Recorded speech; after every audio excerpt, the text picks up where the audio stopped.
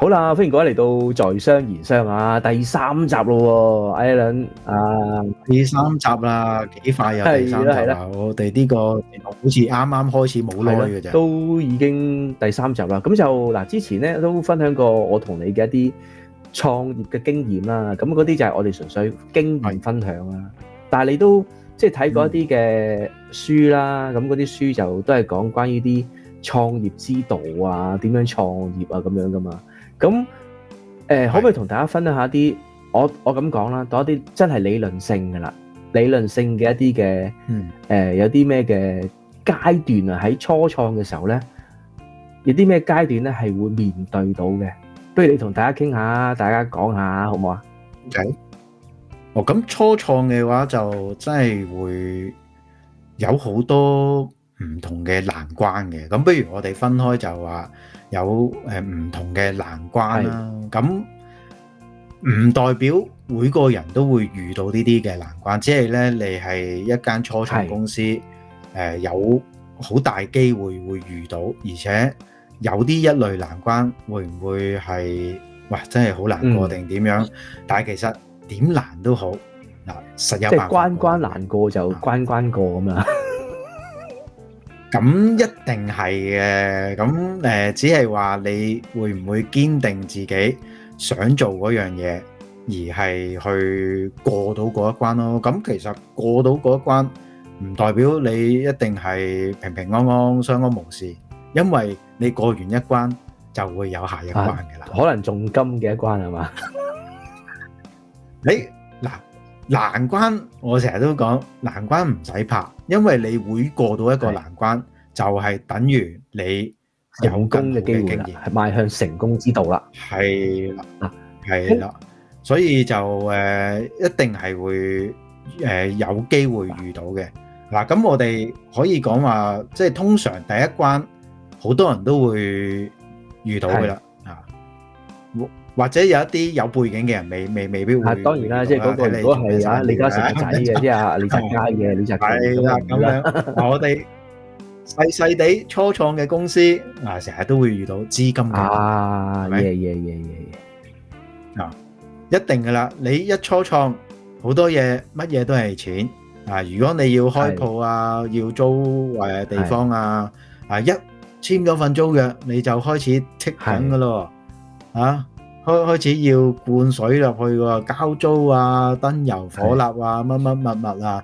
如果你要請人嘅話，更加又要人工咁你先至搞掂完一大扎嘢，你先至諗下自己賺唔賺錢。同埋你講得啱啊，即係就算啦，一磚一瓦啊、裝修啊、換光管啊，嗰啲全部都已經係錢嚟。個夥計就問你，即係好似等於我係阿 Alan 夥計咁啊。喂，夥計啊！唔係夥計，老細啊，老細，喂，個電腦個 mouse 壞咗喎，係啦，咁買錢從何來咧？個老細就話：你個衰仔，成日掛住搞個電腦，錢你又唔揾，錢從何來啊？搞爛咗隻，仲搞爛埋個 mouse 咁樣，係嘛？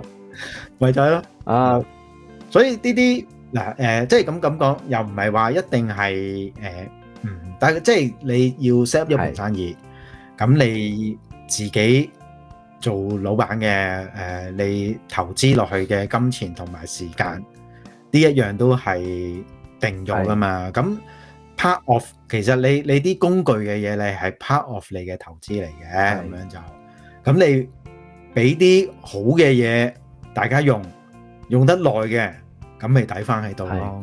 即係話其實個 point 就係話其實。都要點樣去 plan 你嘅支出啦，係嘛？即係嗱，你要有你嘅收入之餘，你都要 plan 下你點樣支出喎。即係話可能你個 budget 譬如當假設嗰個咁講，個員工出去當拍嘢啦，我哋當拍嘢，即係我哋拍嘢都會有個 budget 噶嘛，係嘛？即係你去每日食飯錢幾多錢，咁公司就會津貼你啦咁樣，或者你冇理由搭飛機嘅話，你要坐first class 噶嘛，冇理由坐 business class 噶嘛，可能明星嘅咁可能就俾 business class 佢啦嚇。譬如我哋啲做製作嘅咁好慘嘅，坐親都係坐 economy 噶啦，就算即使即刻落去。嗱咁其實就係講乜嘢咧？就係話你要有一個好良好嗱，即係又唔可以話係好完善，當然如果你做得好完善嘅更加好啦，但係就一個好良好嘅財務計劃係清晰嘅，你知道你嗱，即係好簡單咁講嗱，你頭先所講啦，我哋做生意嘅投資落去幾多錢，咁你知道自己有幾多錢，手頭上幾多錢，係多少唔緊要嘅 ，OK 多少冇問題嘅呢樣嘢你要知道個計劃，你喺個計劃裏邊你用幾多錢係咪先？嗱，你計劃咗啦，我有當我投1萬蚊咁我喺啲1萬蚊裏邊點樣去用？點樣去好 efficient 地用呢啲錢嚟去做個生意需要做嘅嘢？係咁樣就變咗你有一個咧就好完善嘅財務計劃啦。咁樣即係或者可能係你要預計你嘅收入幾多，或者你又要預計你嘅支出有幾多，咁你即係加減，咁你要計下你個將來回本嘅成本有幾多，咁你先計到條數。咦，你個生意嗰個資金會唔會有壓力咧？會唔會遇到啲咩？譬如可能你計過係咪啊？計嗰個 overhead， 計個人工。咦，我學你話齋，如果假設我唔好用1萬啦，當1萬磅啦咁講，1萬磅咁，可能我一個月就係請自己都請咗2000磅噶咯，可能自己唔出糧，揾個人幫手都要俾2000磅嗰人噶啦嘛，係咪？咁你可能齋請人都已經只可以做到5個月嘅啫喎，唔計租鋪係嘛？係啊，所以呢個咪變咗個計劃，你就要諗一諗係啦，跟住租鋪可能有幾錢？係啊，咁所以呢個就全部都要學識點樣去控制呢個成本，就點樣講咧？就即係延長你個生意嗰個生命即係延長個機會，即係等於其實將個機會拉長。你點去 buy time，令到你能夠有機會可以有資金或者有收入咗嚟你個賬戶入邊啊？又或者咁講咧，頭先嗰個計劃都係前邊嘅啫 ，OK，前邊嚟嘅啫，因為資金嘅壓力咧，你計劃得好嘅，咁你咪變咗個壓力會少咗咯，因為你喺預計之內啊嘛，係咪？係，最慘就係有時預計之外嘅嘢就會無意中點樣咧？譬如有啲咩機會係有機會係意料之或者計劃之外嘅咧？好簡單啫。例如你真係要開一盤生意要做裝修嘅 ，OK？咁你裝修我預咗可能一筆錢去做裝修。喂，裝下，然之後個裝修師傅同你講：喂，唔得喎，你嗰個乜有問題喎。咁然之後你就要去加錢落去，咁你嗰一刻唔通你 say no 啊？係即係啱。我即係有啲人可能會喂，裝修唔係定價嘅咩？咁樣乜咁有時你要做一樣嘢，係人哋如果冇相安無事嘅係可以定價㗎，但係有時裝修嘅嘢你好難避免真係發生意外啊，或者有啲嘢裝咗落去原來唔啱啊！你呢啲咪預料之外咯，即係要改圖啊，個圖則啊嗰啲咁樣成啦，即係你個 plan 你個預計嗰個 floor plan 唔同咗啦，咁你要改可能要使額外嘅錢啦。所以呢啲就係其中一啲嘅經驗咧，就係要事先要預計有呢樣嘢，就唔好俾問題發生咁樣。你又講得啱啊！即係好多時咧，我哋譬如以前喺香港咧，成日聽噶啦，做食肆通常都會請啲消防顧問幫手咧，就睇下啲即係嗰啲先鋒啊、出風位啊嗰啲消防規例嘅一啲嘅潛在嘅問題咁通常有時請呢啲咧，咁你要順利啲可以容易攞到牌，因為嗰啲通常啲消防顧問咧，多數都係退休嘅消防係啦，佢哋要俾啲錢咁樣，俾啲專業意見你咁樣，但係可能有啲人佢覺得，喂，我唔想俾嗰嚿錢啊，咁又亂咁整啦，整完之後，出事啦，咁你之後就仲要用多啲錢去解決個問題啦，冇錯，同埋時間同埋錢係啦，所以就令到自己有一啲額外嘅壓力出咗嚟咯。嗱，咁事後咧係點樣咧？嗱，咁頭先係講事前啦，咁樣就係事後。事後咧有一個好緊要嘅位就係咧，我哋嘅現金流啊。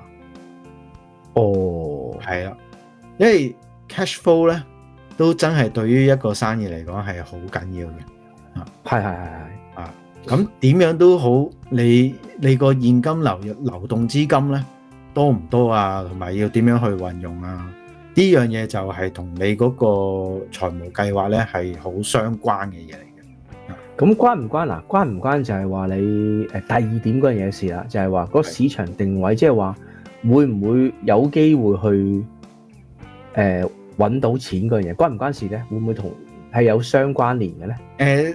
少少，但係咧第二點咧，第二個難關咧係市場定位，係呢個咧係比較係你之後你個公司係點樣去 plan 你嗰個位置，你一出嚟個位置，你係對咩嘢對象啦？你嘅產品啊，或者你嘅服務啊，係咪有乜嘢人要啊？你個觀眾群啊？你嗰個即係嗰個受眾目標觀眾喺咪度啦？係啦，喺邊度啦？但係就好似譬如你自己最驚就係話有時俾你自己，你會去幫襯 ，OK？但係嗰盤生意唔係標貨你噶嘛，係咪先？